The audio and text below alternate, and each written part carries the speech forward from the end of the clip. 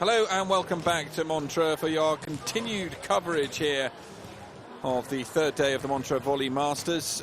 It's our second match of the day, and it pits two teams unbeaten so far in this year's tournament, Netherlands and Russia. They both had a day off on the opening day of the tournament, and now they come here having both won 3-0 in their opening matches. We've had one game so far today. Germany won a set up against Japan, but then they lost that match 3-1. It leaves their defence hopes right in the balance, and it could be decided, should Turkey beat Italy later on this evening, well, then Germany will not be through to the semi-finals. Results in Pool A that we've had so far: a win for China against Dominican Republic. The Netherlands beat the Chinese yesterday, and Russia defeated the Dominican Republic. Dominican Republic know that they're not going to feature in the semi-finals. For Russia and the Netherlands, it's a battle for the top spot and the higher seeding going through to the semi-finals that these two are looking for at present.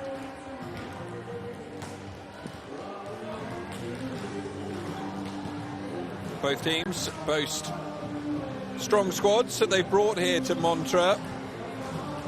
Slightly more experience with the Dutch. They are under new tutelage in the shape of the coach of last year's winning team here, Giovanni Guidetti, ending his long association with the German Volleyball Federation after a disappointing return at the World Championships and being offered a new challenge with the Netherlands. Amongst those Dutch players with plenty of experience, Balkenstein, Steenberg, and we also have Manon Vlier, Stan Pilon, and Laura Jekma, their setter, who's just 25 years of age but has been around on the international scene for a number of years.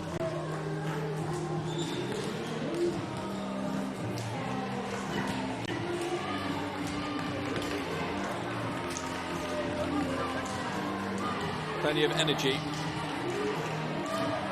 And Lonke Slutjes was their top scorer the other day. 24-year-old opposite hitter who has extraordinary spike reach of 3 meters 22, stands 1 meter 91 tall, and has a very good block reach as well.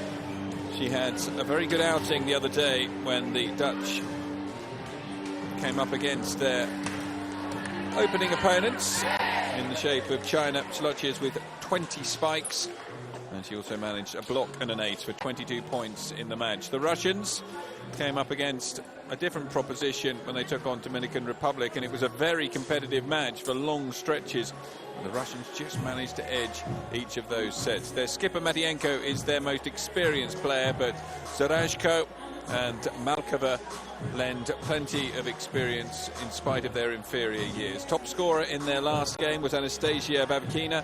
She managed just 12 points, but it was a good all-round team performance, and that in part is due to the fact that they have players like Irina Zarashko, a middle blocker by trade at 1 meter 96 tall. She's one of the tallest players in the Russian outfit.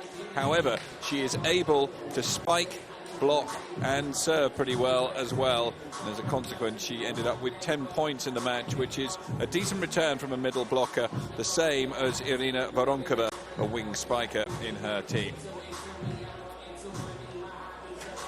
Well, the crowd has filtered out and started to filter back in now in preparation for the start of our second match of the day. That's going to soften the blow of those two having a bit of a row on screen.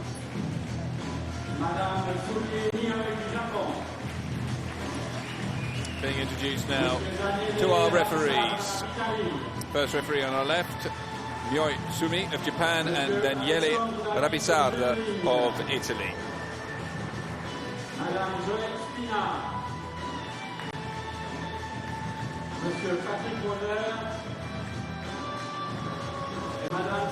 The crowd has managed to fill up here. They're just returning after some libation and a drop of food as well during that interval. So, court assistants have made their way out onto the court, and now we are ready for the arrival of the two teams. So we're going to start with the Dutch team first, led out by Marat Balkenstein-Groothuis.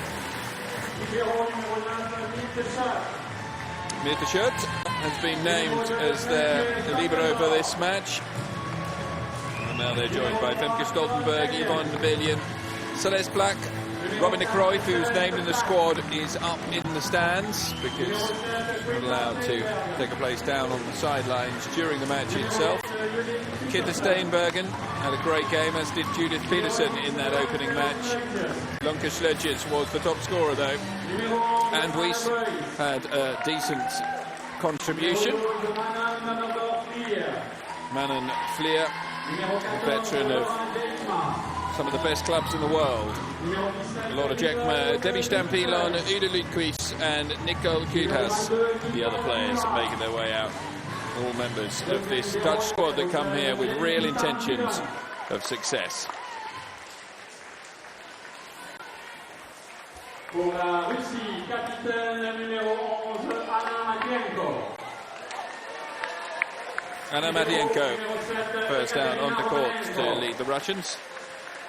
And she'll be joined by Ekaterina Romanenko on their libero. Then part of the Zareki Odintsovo team, Anastasia Vavkina, joining fellow teammate there, Romanenko, Daria Pisarenko, Daria Isayeva, Irina Zarashko, Irina Flishinskaya, Yulia Podskolanaya and Irina Malakova, Irina Voronkova, Alessia Nikolaeva and Ksenia Kravchenko. Coached by Vadim Pankov.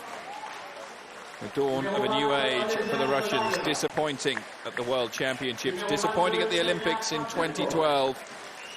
They are hoping to turn things around. They've won this tournament twice, and they are coming in search of a third occasion with a strong squad, and a squad that many believe could go certainly as far as the semi-finals, should go as far as the semi-finals if yesterday's form was anything to go by, but perhaps further.